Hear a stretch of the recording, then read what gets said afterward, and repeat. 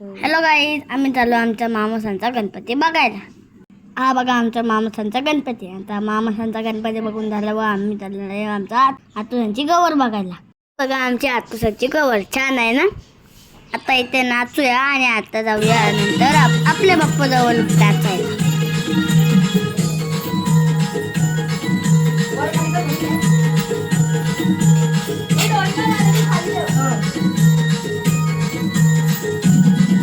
ही बघा आमची साऊ कशी साडी लावून बसले.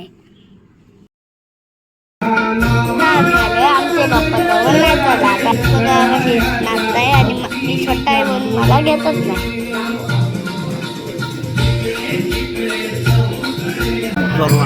आता आम्ही चाललोय 5 दिवसाचे गणपती विसर्जन करायला.